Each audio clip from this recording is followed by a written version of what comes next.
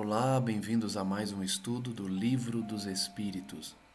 Estamos estudando a introdução da obra e hoje é o estudo de número 12, somente da introdução.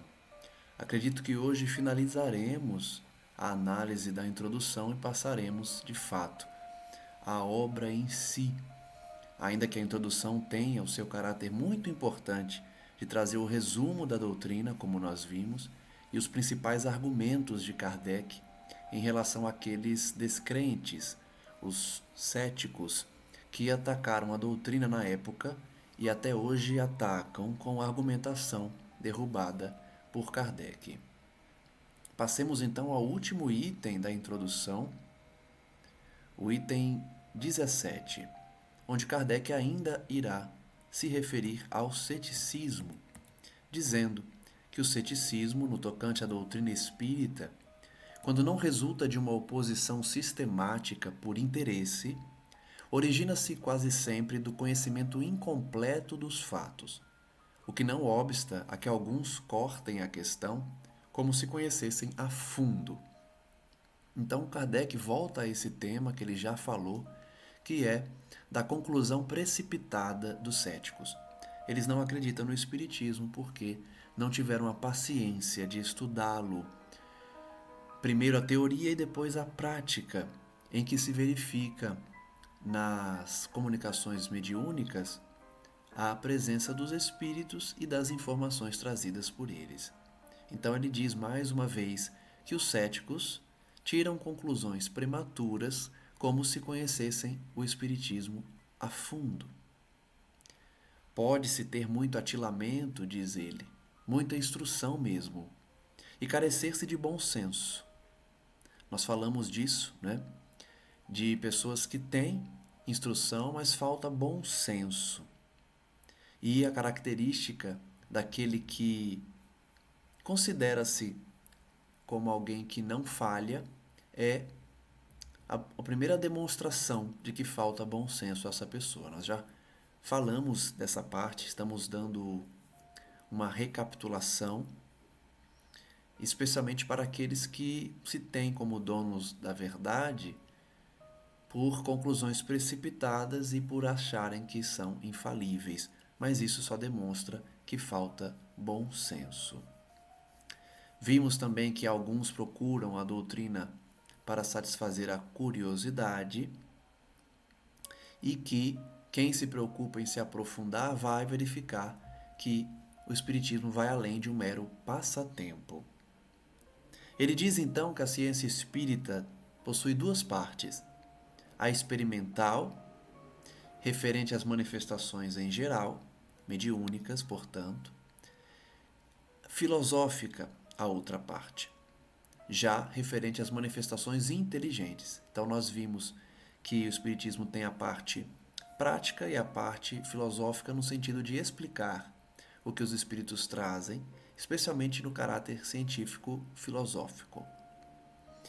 Quem observa então a parte prática é como se quisesse conhecer a parte teórica sem estudar, como alguém que visita a física de forma recreativa, como nós já falamos, né? Aquele que estuda a física apenas pelos fenômenos, mas não estuda a teoria. É o mesmo o que se dá com o espiritismo. É uma ciência e, portanto, precisa de seriedade. A doutrina verdadeira, então, segundo Kardec, está no ensino que os espíritos dão, e os conhecimentos que esse ensino comporta são profundos e extensos. Não adianta querer aprender o espiritismo de uma hora para outra, de qualquer modo, a não ser por meio de um estudo perseverante. Falamos da perseverança, da assiduidade, características de quem de fato quer aprender, recolhendo e no silêncio, confessando a própria ignorância em relação a essa ciência nova e estudando sem qualquer sentimento de superioridade, de vaidade. É dessa forma que se compreende de fato a ciência espírita. Os números serão então demonstrados pelos fatos, pelas particularidades que alguém que está visitando não consegue captar. Nós temos vários exemplos na doutrina, nas obras, no próprio Kardec, em que algumas particularidades são demonstradas pelas comunicações mediúnicas e aqueles que estão apenas pela recreação, pelo caráter recreativo, não conseguem perceber essas particularidades, esses detalhes. E apesar disso firmam opinião, quando a opinião deveria ser firmada após um estudo detalhado. Ele diz então que o livro tem um objetivo de mostrar o lado sério da questão, provocar estudo, e se ele cumprisse esse desiderato já estaria feliz, rejubilaria, diz Kardec, por ter feito uma obra que traz essa vontade de estudar, essa vontade de analisar algo que vai além da matéria. O mérito, portanto, é dos espíritos, como diz Kardec. O objetivo da obra, portanto, como já falamos, estamos recapitulando, é de guiar os homens que desejam esclarecer-se, mostrando que há um fim, um objetivo sublime e grande na obra, o do progresso individual e social, indicando o caminho que conduz a esse progresso. Esse, portanto, o objetivo do Espiritismo, orientar os homens, homens no sentido de humanidade, orientar as pessoas para o progresso individual e, consequentemente, para o processo social coletivo. Kardec, então, faz uma última consideração, concluindo a introdução da obra. Alguns astrônomos, sondando o espaço, encontraram na distribuição dos corpos celestes lacunas não justificadas e em desacordo com as leis do conjunto. Suspeitaram que essas lacunas deviam estar preenchidas por globos que lhes tinham escapado à observação. Então vejam, o último comentário de Kardec da introdução é uma comparação à astronomia, dizendo que a ciência, muitas vezes, por faltar a tecnologia, a compreensão, o entendimento necessário, acabam não observando a natureza, os corpos celestes, da forma ideal. E assim aconteceu na astronomia, quando eles viram essas lacunas, questões que não se explicavam, questões que o homem não conseguiu uma explicação racional. Concluiu então que as lacunas estariam preenchidas por globos, por corpos celestes, que eles não podiam ver. De outro lado, observaram certos efeitos cuja causa lhes era desconhecida e disseram: deve haver ali um mundo, porquanto esta lacuna não pode existir e esses efeitos hão de ter uma causa. Vejam que a lógica de Kardec, a razão de Kardec, está nos demonstrando que nas diversas ciências humanas, nas diversas ciências abraçadas pela humanidade, existem lacunas, mas que pelos efeitos nós podemos supor as causas. O mesmo se dá no Espiritismo. Ainda que não possamos enxergar ou compreender muitas das questões, dos conceitos, nós podemos analisar as consequências, os efeitos, e presumir qual é a sua causa, como se dá também na astronomia. Julgando então da causa pelo efeito, conseguiram calcular-lhe os elementos e mais tarde os fatos lhes vieram confirmar as previsões. Então, a certa altura da ciência, do avanço da ciência, nós não conseguimos enxergar certas questões, mas conseguimos supor, com base nos princípios, com base nos efeitos, quais são as suas causas. E depois os fatos vão demonstrando quantas vezes isso já aconteceu na ciência humana, especialmente na física, quando explica os fenômenos do universo e vão se confirmando com o passar do tempo. Não só no universo, mas no nível também microscópico, em que muitas doenças vão sendo curadas, descobertas as suas curas, os seus tratamentos, conforme a sociedade avança. Os estudiosos do passado não tinham a resposta, porém, muitas vezes podiam supor, e com o tempo, essas suposições se confirmaram. Isso ocorre o tempo inteiro na ciência. Apliquemos então este raciocínio a outra ordem de ideias, pede Kardec.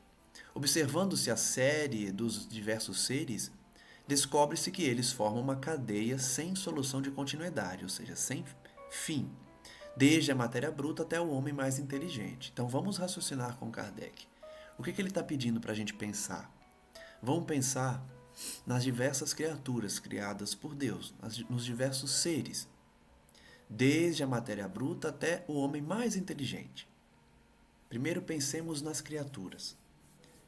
Porém, entre o homem e Deus, alfa e ômega de todas as coisas, que imensa lacuna. Então vejam, ele diz que na astronomia, os estudiosos no passado observaram lacunas, questões que eles não podiam explicar, e com o passar do tempo essas lacunas vão sendo preenchidas, explicadas pela própria ciência, conforme a sociedade avança. Agora ele diz, existem também lacunas entre o homem e Deus. Quem será que vai explicar essa lacuna? O que será que vai suprir a lacuna existente entre os homens e Deus? Será racional pensar-se que no homem terminam os anéis dessa cadeia? E que ele transponha sem transição a distância que o separa do infinito? Olha a pergunta. Será que essa lacuna é um salto? Nós saímos de homens para seres divinos? Ou será que existe algo nessa lacuna que a gente não está enxergando? A razão nos diz que entre o homem e Deus, outros elos necessariamente haverá. Então é suposição. Nós supomos, conforme os princípios, conforme a lógica, conforme o que já conseguimos entender, que existem vários níveis de evolução entre o homem e o anjo, entre o homem e Deus. Isso é uma suposição, mas é praticamente uma certeza, porque é lógico, é racional. Por isso, o Espiritismo é a fé raciocinada. Nós temos uma fé com base na razão. Existem graus de evolução entre o homem e Deus. E aí está uma lacuna preenchida pelo Espiritismo. Kardec pergunta: que filosofia já preencheu essa lacuna? A razão nos diz que entre o homem e Deus existem outros elos, como os astrônomos disseram que entre os mundos conhecidos haveriam outros desconhecidos. Então vejam a razão de Kardec, a perfeição do seu raciocínio, não é? Comparou o Espiritismo com a astronomia no sentido de demonstrar que as lacunas no conhecimento humano são preenchidas à medida que a sociedade avança. Então, qual será a filosofia que preencheu a lacuna existente entre os homens e Deus? Responde Kardec: o Espiritismo nola mostra preenchida pelos seres de todas as ordens do mundo invisível, e estes seres não são mais do que os espíritos dos homens, nos diferentes graus que levam à perfeição. Vejam como a doutrina é simples, não é? Algo que a Igreja combate até hoje, outras religiões combatem também, uma ideia muito simples, que entre os homens e Deus existem outros seres espirituais e que já foram homens também, desencarnaram e continuaram a sua evolução. Nos diversos graus, conforme venho estudando no livro Deus, Espírito e Matéria, não há nenhum ser idêntico. Quem disse isso foi o próprio Cristo, o Espírito da Verdade no Evangelho segundo o Espiritismo. O máximo que existe são semelhanças, mas cada um é único. Não existem seres totalmente iguais, porque cada um está no seu grau evolutivo, cada um traz a sua bagagem de experiências e decisões. Todos nós evoluímos, portanto, e preenchendo essa lacuna que existe entre os homens e Deus, nós vamos compreendendo a evolução. Tudo então se liga, tudo se encadeia, desde o alfa até o ômega, diz Kardec. Vós que negais a existência dos espíritos, preenchei o vácuo que eles ocupam. Olha a proposta de Kardec. Para os céticos, os espíritos então não existem? Preencha a lacuna que existe entre o homem encarnado e Deus, entre o homem encarnado e o anjo.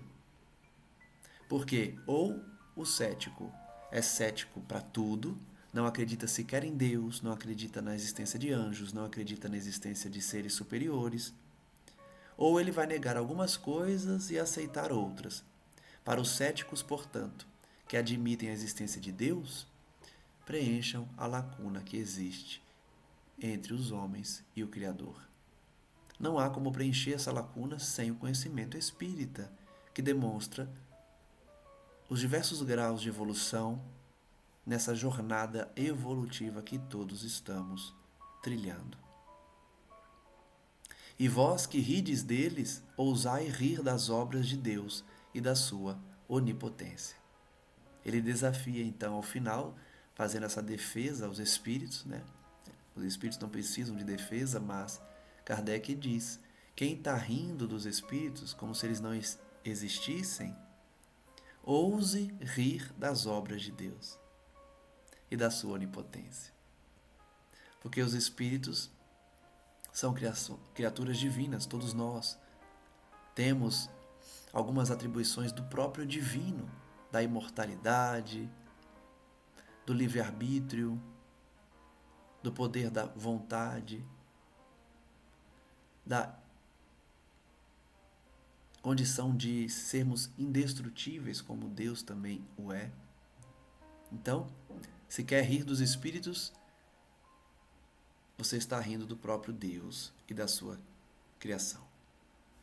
Allan Kardec, então, assina a introdução da obra e nós chegamos ao fim dessa introdução. Passamos aí por diversos itens, são 17 itens no total.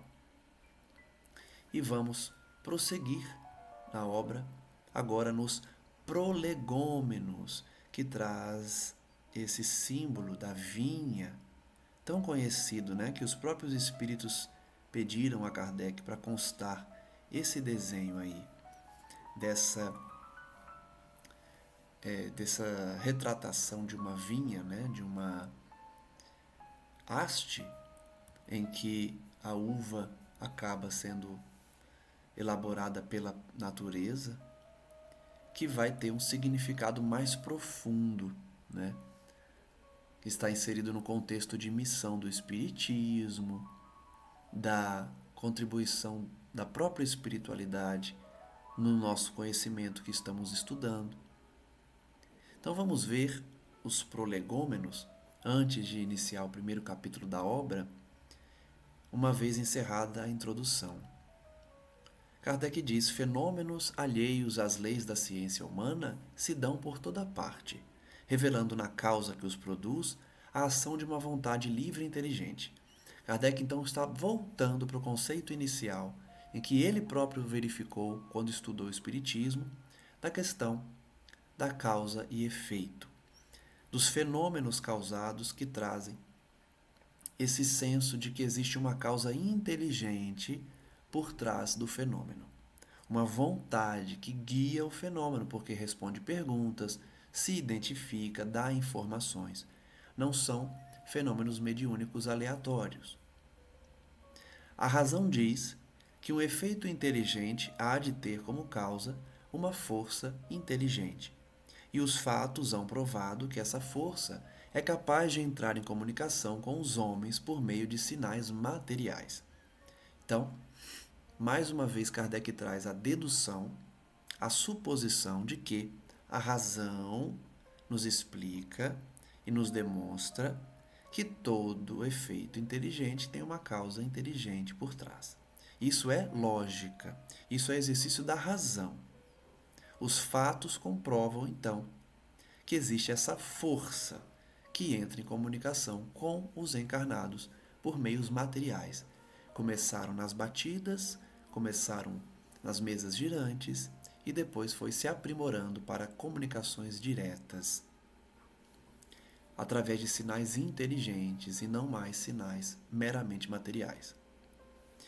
Interrogada acerca da sua natureza, ou seja, uma vez iniciado o fenômeno e os estudiosos perguntando a origem daqueles sons, daquelas manifestações, essa força declarou pertencer ao mundo dos seres espirituais, que se despojaram do invólucro corporal do homem. Como Kardec disse, o Espiritismo não foi criação do médium, do primeiro médium. Não foi criação de encarnados. Foi uma informação que os próprios espíritos deram, se identificando como espírito. Então não é uma invenção. O cético pode dizer, foi o médium que inventou, porém o primeiro médium não tinha essa informação, como ele iria, simplesmente trazer toda uma teoria, todo um sistema e principalmente dizer que é algo fora dele que estava realizando aqueles sinais. Os próprios espíritos responderam então que eles eram seres que viveram na Terra, mas que agora habitavam um outro plano, invisível aos olhos humanos.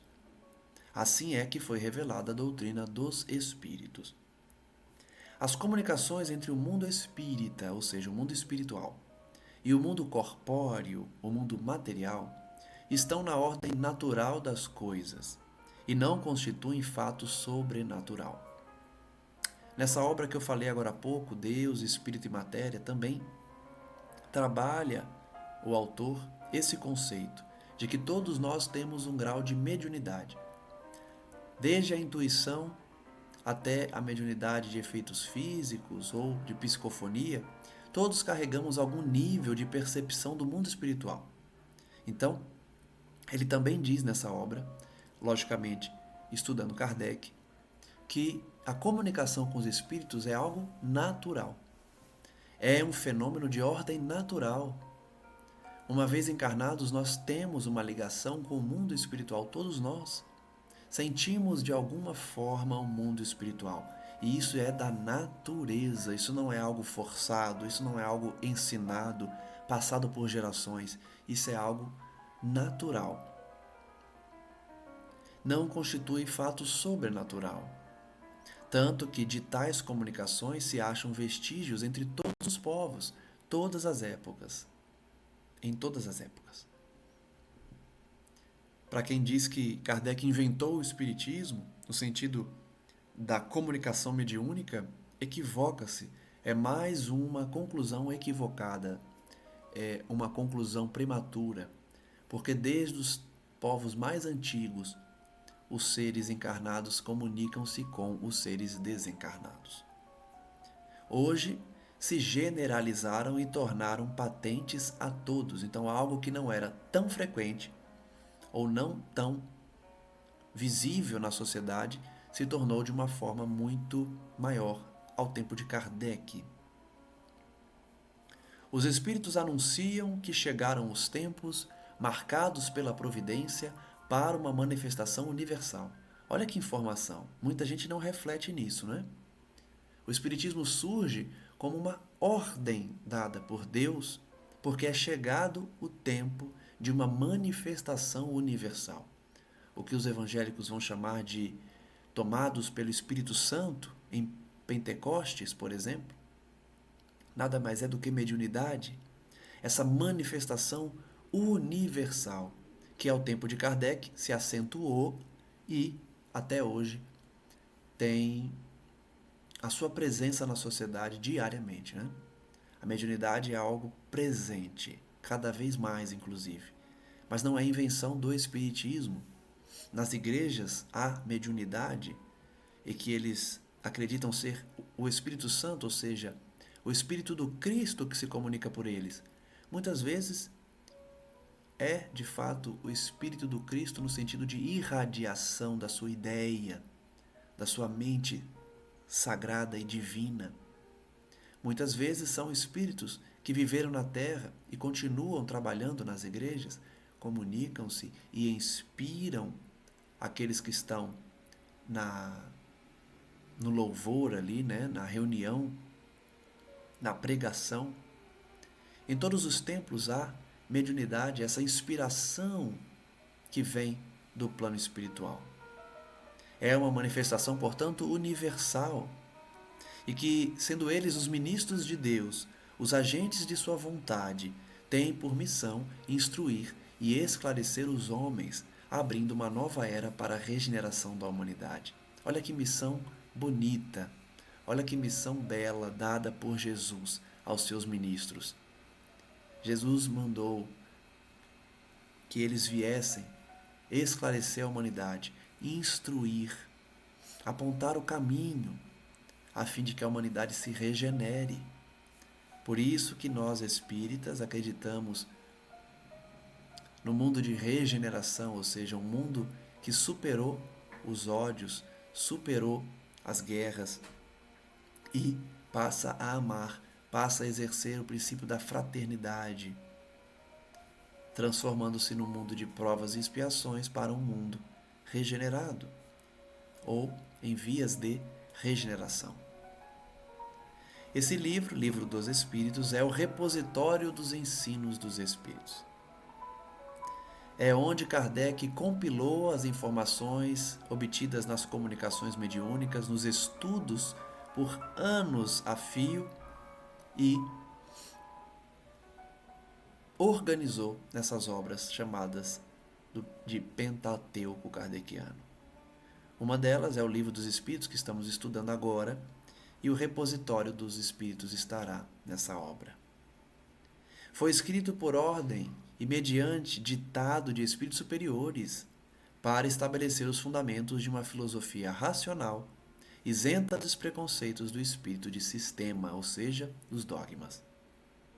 Vejam que não foi Kardec que elaborou um sistema próprio no espiritismo. Foi a revelação dos espíritos superiores, não de qualquer espírito, de espíritos superiores que criaram esse sistema livre de preconceitos e de dogmas. Nada contém que não seja a expressão do pensamento deles, dos espíritos superiores, e que não tenha sido por eles examinado. Kardec está demonstrando que a obra não é dele, que a obra é dos espíritos superiores, que ele somente organizou essa obra. Só a ordem e a distribuição metódica das matérias, assim como as notas e a forma de algumas partes da redação, constituem obra daquele que recebeu a missão de os publicar. Kardec está fazendo uma distinção bem clara do que pertence a ele dentro da obra e do que pertence aos espíritos superiores. A ele só pertencem algumas notas, a distribuição das matérias e algumas partes da redação, os comentários que Kardec faz, né? Mas a doutrina em si é dos espíritos. Em um número dos espíritos que concorreram para a execução dessa obra, muitos se contam que viveram em épocas diversas na Terra, onde pregaram e praticaram a virtude e a sabedoria. Muitos espíritos participaram, então, da obra, contando onde eles viveram, qual época na Terra, muitos pregando a virtude e a sabedoria, outros, pelos seus nomes, não pertencem a nenhuma personagem da história, cuja lembrança ela nos conte, mas cuja evolução é atestada pela pureza de seus ensinamentos e pela união em que se acham com os que usam de nomes venerados. Então ele está fazendo aquela distinção também dos espíritos que se identificam como figuras históricas e de outros que não se identificam, porém, pelo conteúdo da mensagem se percebe que são espíritos de luz, espíritos elevados. Essa obra, portanto, contém respostas de espíritos superiores. Apesar de Kardec também valorizar as informações dos espíritos medianos ou até mesmo de espíritos inferiores, ele deixa muito claro que o Livro dos Espíritos, a doutrina em si, foi passada por espíritos superiores, espíritos cuja elevação é atestada pela pureza de seus ensinamentos e pela união que se acham com os nomes venerados que são citados na obra. Eis em que termos nos deram, por escrito e por muitos médiuns, a missão de escrever esse livro. Que missão de Kardec, não é? Muitos médiuns comunicaram, trouxeram as informações e Kardec compilou, organizou e escreveu a obra. Ocupa-te, cheio de zelo e perseverança, do trabalho que empreendeste com o nosso concurso, com a nossa ajuda, pois esse trabalho é nosso. Nele pusemos as bases de um novo edifício, que se eleva e que um dia há de reunir todos os homens no mesmo sentimento de amor e caridade. Olha a missão do Espiritismo, né? O Espiritismo não é a religião do futuro, mas o futuro das religiões. Por quê? Os seus princípios vão ser introduzidos, vão ser aceitos, vão ser absorvidos por outras religiões. Para quem acha que isso não vai acontecer, por conta do radicalismo de algumas religiões, por conta de não aceitarem de jeito nenhum os princípios espíritas, saibam que com o avanço da tecnologia, da ciência e do sentimento humano, muitos dos conceitos vão ser inevitavelmente demonstrados. As religiões não terão opção senão aceitar os princípios espíritas, não como imposição, não no sentido de que fora do espiritismo não há salvação. Não é isso, mas é uma absorção natural de conceitos como reencarnação, em que a igreja já acreditava e depois abriu mão dessa crença. Conceito da sobrevivência da alma, que habita regiões diferentes do que foram passadas na história da religião da Terra, como céu e inferno. Enfim, vários conceitos que nós vamos estudando vão ser absorvidos. São os espíritos superiores que disseram a Kardec. Eles falaram: a obra é nossa, o trabalho é nosso. Estamos edificando um prédio, uma base que um dia vai reunir todos os homens nesse mesmo sentimento. Mas antes de o divulgares, reveloemos juntos, ou seja, os espíritos superiores revisaram a obra, a fim de lhe verificarmos todos os detalhes. Eles ainda falaram para Kardec: estaremos contigo sempre que o pedires. Olha a necessidade, a importância da gente aprender a pedir, né? Vejam que eles falaram: sempre que você pedir, Kardec, a gente vai estar com você. Isso serve para nós também. Só que a gente precisa pedir, a gente precisa chamá-los para te ajudarmos nos teus trabalhos, porquanto esta é apenas uma parte da missão que te está confiada e que já um de nós te revelou. Então, olha só, a missão de Kardec é maior do que a edição das obras. Vejam que os espíritos estão dando aqui uma ideia de que Kardec prosseguiu numa missão maior, ou numa missão tão grande quanto, né? A edição das obras era uma parte da missão. Por isso que muitos vão dizer que Chico Xavier é a reencarnação de Kardec, que veio complementar a obra, veio continuar a sua missão. Mas isso tudo é teoria, né? A gente não tem essa informação exata de que Chico Xavier é Allan Kardec reencarnado. Temos sim a informação de que o trabalho de Kardec foi uma parte da missão e que ele com certeza prosseguiu no além com essa missão grandiosa.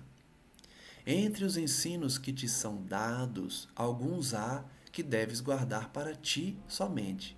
Olha só, quantas informações Kardec guardou somente para ele, por ordem dos Espíritos. Quando chegar o momento de os publicares, nós te diremos. Será que Kardec publicou tudo? Será que eles deram autorização para Kardec publicar tudo o que ele recebeu? Enquanto esperas, medita sobre eles, a fim de estares pronto quando te dissermos.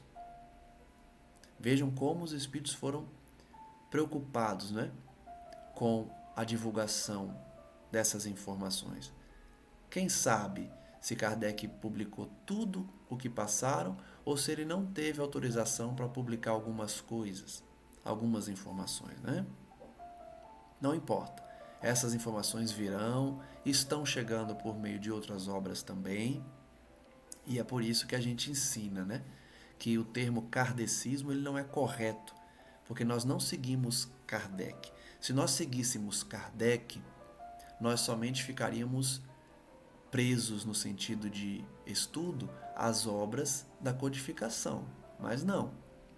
Nós seguimos Jesus Cristo, que continua enviando seus emissários, indivíduos que vêm revelar a verdade divina em todas as épocas da humanidade. Então a gente não fica preso a Kardec. A gente respeita, a gente valoriza, a gente estuda Kardec a fundo, mas sabe que muitas informações chegaram depois de Kardec. E muitas ainda irão chegar à medida que a sociedade avança e principalmente que a ciência também comprova os fatos espíritas. Então, muitas informações, sim, principalmente a base foi trazida por Kardec e a gente vai desenvolvendo com os mecanismos que ele nos forneceu. Raciocínio, bom senso, perseverança, estudo e prática. Dessa forma, a gente vai recebendo também as outras verdades não reveladas ao tempo de Kardec. Porás no cabeçalho do livro a cepa que te desenhamos, que é aquela vinha que nós vimos, né? A cepa da uva que nós vimos lá no início, porque é o emblema do trabalho do Criador. Então aquela figura representa o trabalho de Deus. Aí se acham reunidos todos os princípios materiais que melhor podem representar o corpo e o espírito. Então aquela figura da cepa, da vinha, da uva, representa corpo e espírito. O corpo é a cepa, o espírito é o licor, é a essência da uva.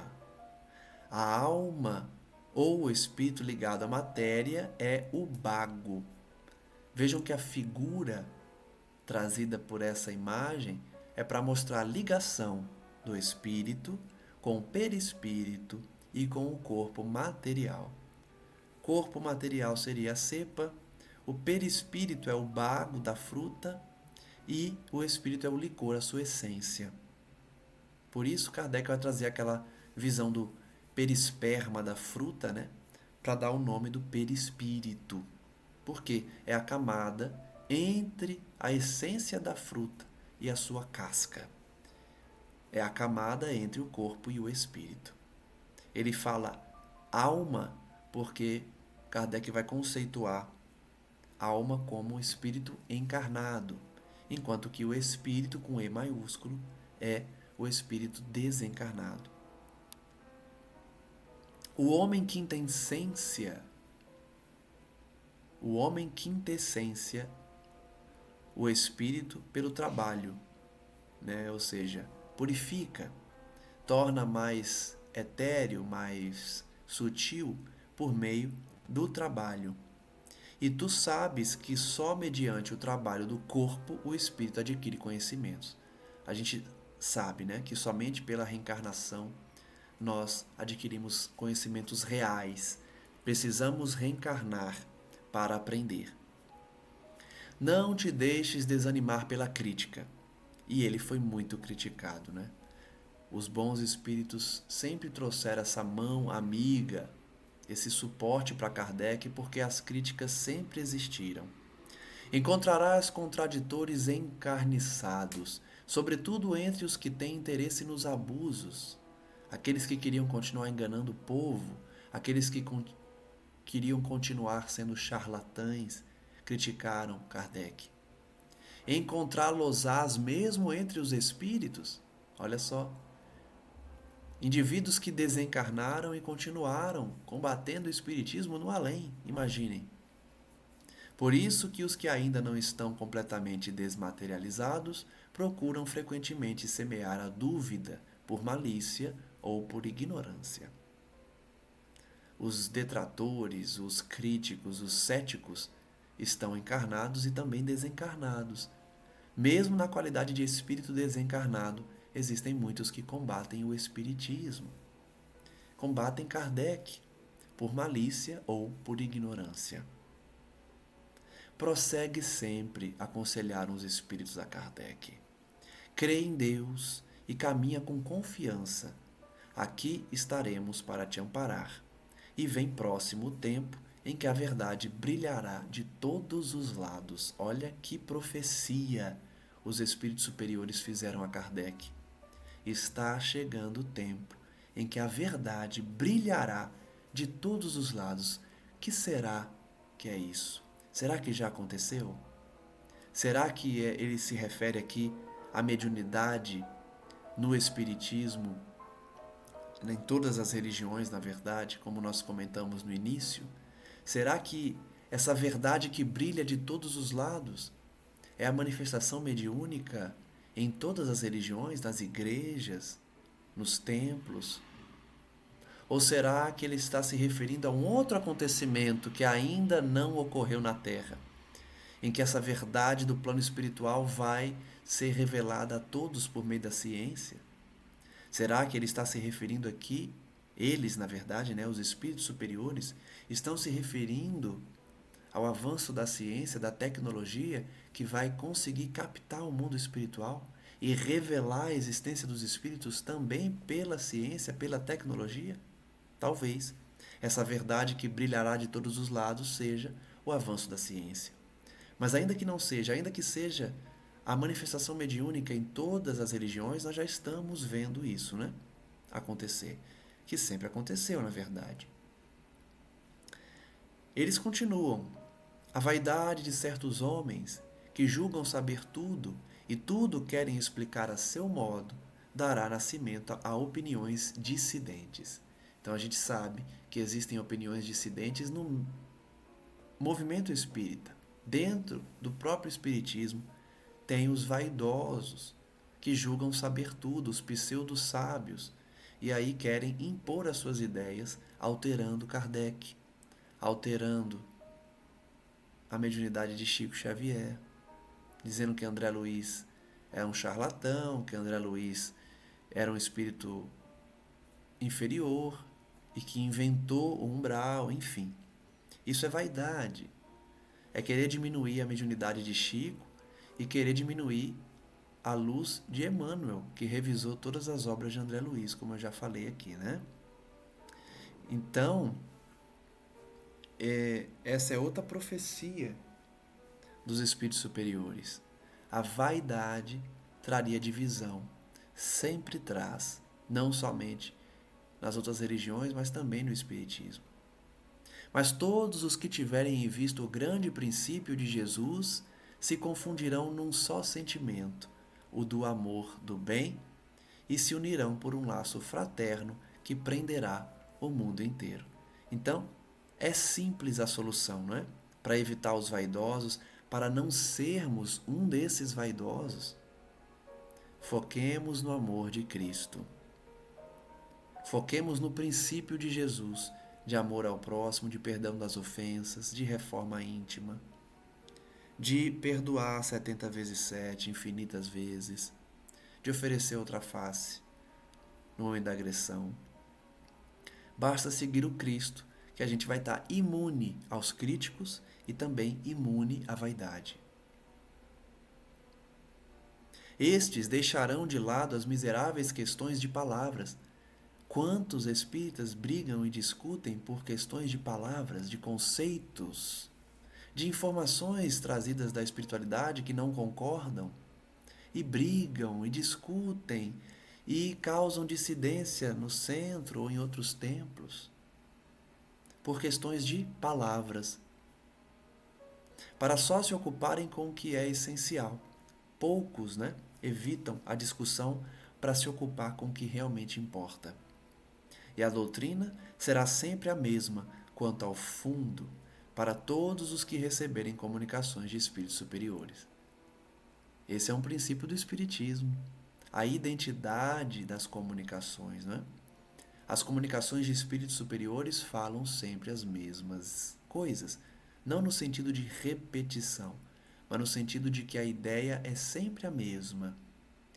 A ideia está sempre harmoniosa, não há contradições quando espíritos superiores se comunicam. Se há contradição, é porque não é um espírito superior que está se comunicando.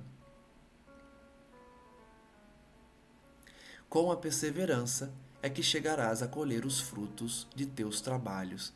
De novo a perseverança. Kardec fala o tempo todo nisso, Devemos ser perseverantes, devemos nos dedicar, estudar por muitos anos. Os espíritos falaram para ele: perseverança é que vai fazer você colher os frutos. Não desistir. O prazer que experimentarás vendo a doutrina propagar-se e bem compreendida será uma recompensa. Será que Kardec vê hoje a gente estudando a doutrina de forma racional, de forma bem compreendida, como ele explicou direitinho, bem mastigadinho? Será que ele fica feliz em ver os núcleos espíritas estudando as obras de forma racional, de forma bem compreendida? É a recompensa de Kardec, cujo valor integral conhecerás, talvez mais no futuro do que no presente. Então, se no início a árvore do Espiritismo teve que ser transplantada da França para o Brasil, Kardec não colheu, quando estava encarnado, a totalidade da sua obra. Mas eles já falaram para ele, mais no futuro do que no presente, porque no futuro ele vai ver essa doutrina espalhada pelo mundo, como hoje já acontece. Outras religiões adotando os princípios que ele estudou, que ele compilou. Não te inquietes, pois, com os espinhos e as pedras que os incrédulos ou os maus acumularão no teu caminho. E essa mensagem serve para todos nós, Não nos inquietemos com as pedras dos incrédulos, com os espinhos daqueles que não acreditam e zombam de nós. Conserva a confiança. Com ela chegarás ao fim e merecerás ser sempre ajudado. Perseverança e confiança. Fé. Lembra-te de que os bons espíritos só dispensam a assistência aos que servem a Deus. Os bons espíritos só dão assistência a quem serve a Deus, com humildade e desinteresse. Servir a Deus sem interesse, dinheiro, cargo, emprego, relacionamento amoroso, destaque, vaidade. Servir a Deus sem interesse algum, e que repudia todo aquele que busca na senda do céu um degrau para conquistar as coisas da terra. Olha que frase. Não sejamos esses que buscam na senda do céu, no caminho do céu, um degrau para conquistar as coisas da terra. Usar a mediunidade para ganhar dinheiro, fama, para o ego ficar inflado, que se afastam do orgulhoso e do ambicioso. Olha só, os espíritos superiores estão sendo muito claros. Afastemo-nos dos orgulhosos, dos vaidosos, dos ambiciosos. A doutrina não é para crescimento pessoal na terra, é para crescimento pessoal na sua intimidade, no seu espírito, crescimento de virtudes. O orgulho e a ambição serão sempre uma barreira erguida entre o homem e Deus. Enquanto não nos desvencilharmos do orgulho e da ambição, estaremos distantes de Deus. Olha só. Tem gente que fala, é bom ter ambição. Lógico, né? No sentido de progredir na vida. Mas cuidado, a ambição aqui é no sentido de querer mais e sempre mais na terra. Isso nos separa de Deus. São um véu lançado sobre as claridades celestes. Quem está tomado pelo orgulho e pela ambição é como se tivesse com um véu que não permite que esse indivíduo enxergue Deus ou sinta Deus, as claridades celestiais.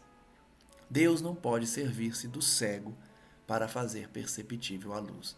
Então Deus precisa de servidores reais, de trabalhadores que não queiram destaque pessoal, que não queiram enriquecer na terra, que não queiram o que o mundo dá.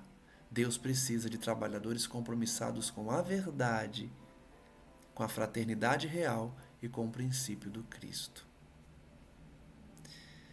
Ele assina então essa mensagem que foi dada para ele por diversos espíritos superiores, São João Evangelista, Santo Agostinho, São Vicente de Paulo, São Luís, o Espírito de Verdade, Sócrates, Platão, Fenelon, Franklin, Swedenborg, etc, etc, etc.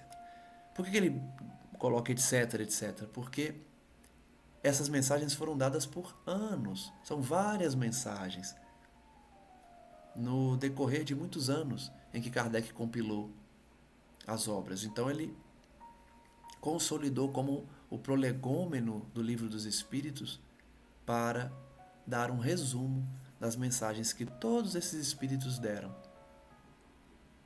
A nota, portanto, de Kardec explica: os princípios contidos neste livro resultam das respostas dadas pelos espíritos às questões diretas que lhes foram propostas em diversas ocasiões, por meio de grande número de médiuns, bem como das instruções que deram espontaneamente a nós ou a outras pessoas sobre as matérias que encerra.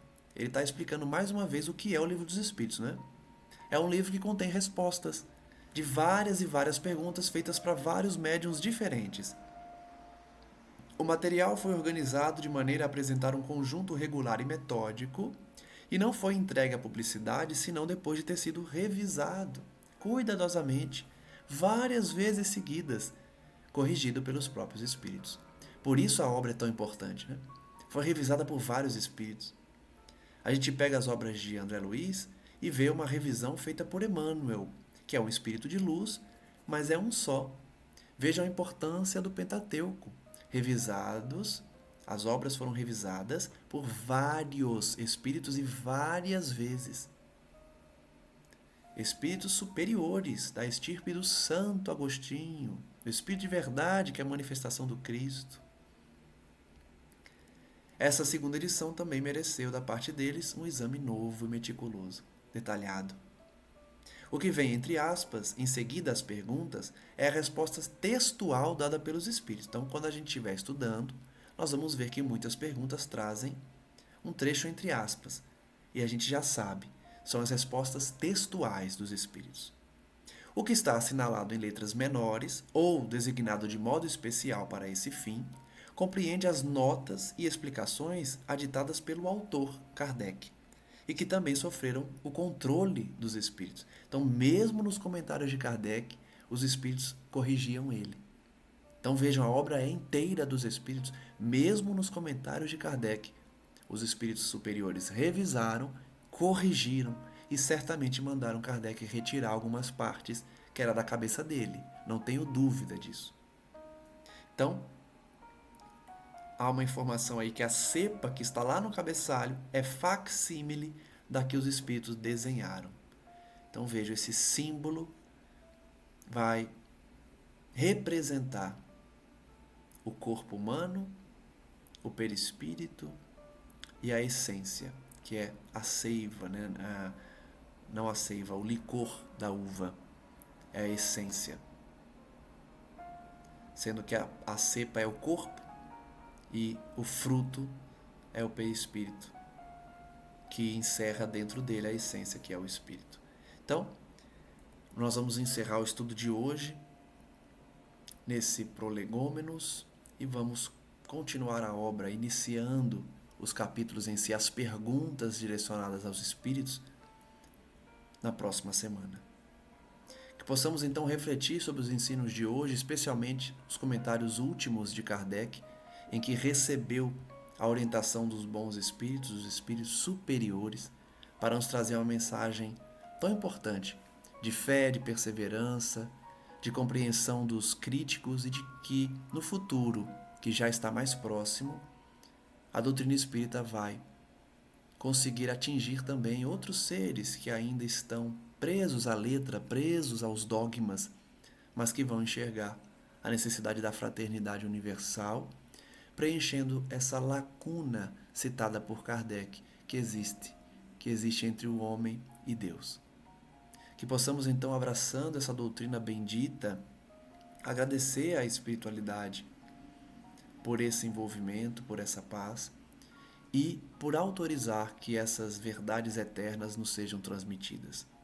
Agradecemos a Kardec por organizar a obra, por ser tão dedicado à compilação das informações recebidas pelos Espíritos e que nós tenhamos a necessária compreensão para estudar, para analisar as respostas e finalmente aprender o real sentido das mensagens dos bons Espíritos.